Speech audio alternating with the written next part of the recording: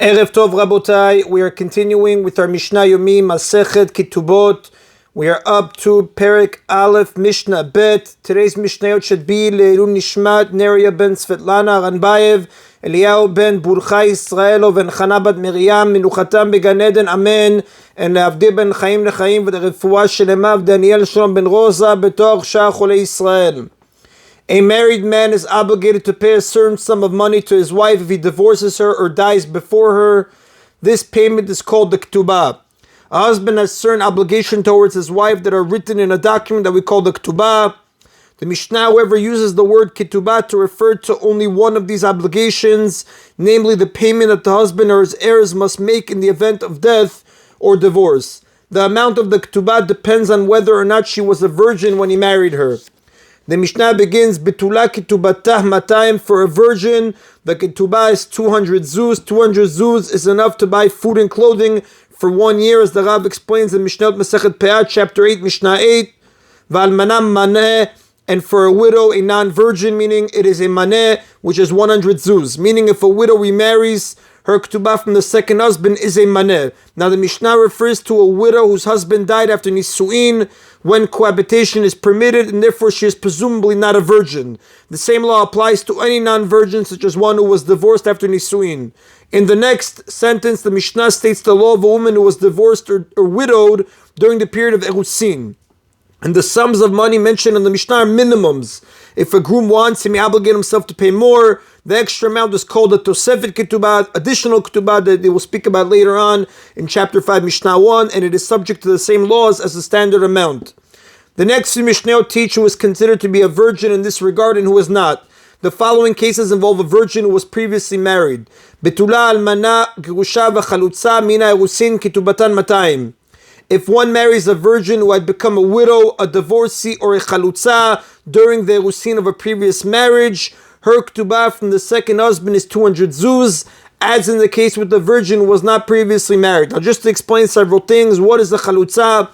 If a married man dies without children and is survived by at least one brother, the widow must marry one of the brothers. This marriage is called ibum, unless one of them performs a ceremony of chalitza with her, which frees her to marry anyone else. A widow who participated in chalitza is called a chalutza. So if one marries a virgin who had become a widow, a divorcee, or a chalutza during the erusin of her previous marriage, meaning her first husband died or divorced her during erusin, and the case of the chalutza is where her husband died childless during erusin, and she then performed chalitza with one of his brothers, her ketubah from the second husband is 200 zuz, as in the case with the virgin who was not previously married. Since her first marriage ended during erusin, when she was still forbidden to her husband, she presumably remained a virgin. V'yesh tanat betulim, and a claim of a lack of virginity can be made against any of them. Meaning, if her new husband sees that she is not a virgin, he does not need to pay her ketubah. Since he married her under the assumption that she is a virgin, and then finds that she is not, he can claim that she misled him and the marriage was made under false pretenses, and therefore the marriage is null and void, and there is no ketubah obligation.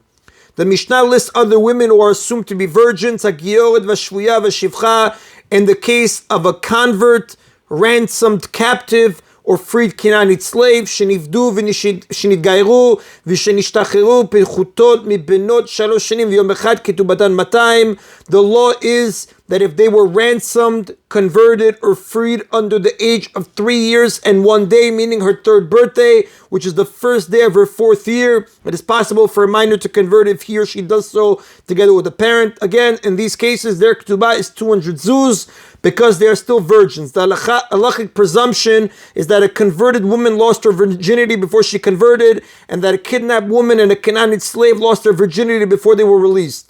The Mishnah teaches, however, that if she was under the age of 3 years and 1 day when she converted or was released, she is treated as a virgin because the original membrane of one so young usually grows back after it is broken.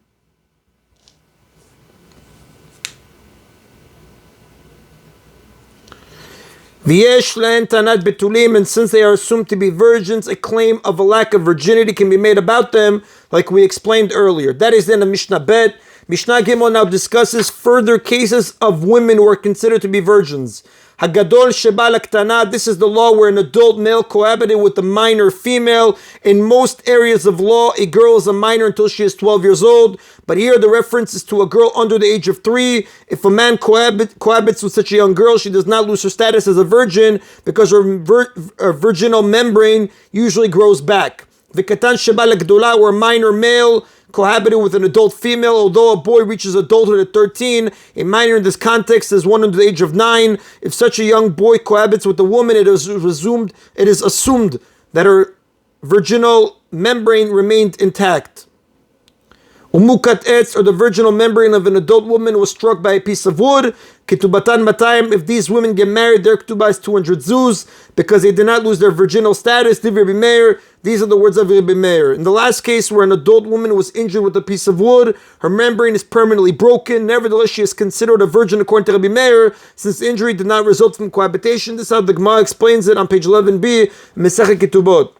The Mishnah cites a disputing view about the last case, but the sages say, Mukat etz ketubatam maneh, the ketubah of an adult woman whose membrane was struck by a piece of wood is a maneh, 100 zuz, because she is not regarded as a virgin. The sages maintain that a woman whose virginal membrane is broken no longer has the status of a virgin, even if the injury resulted from an accident and not cohabitation, as the Gemara explains over there. And the Rav does tell us, the opinion of the sages. Her ketubah is always going to be 100 zuz. And even if he didn't recognize, it's not going to be, I don't owe you anything, you misled me. She's always going to receive 100 zuz, as the Rav explains. That is in Abotai of today's Mishna Yomi. Baruch Adonai Le'olam. Amen v'amen.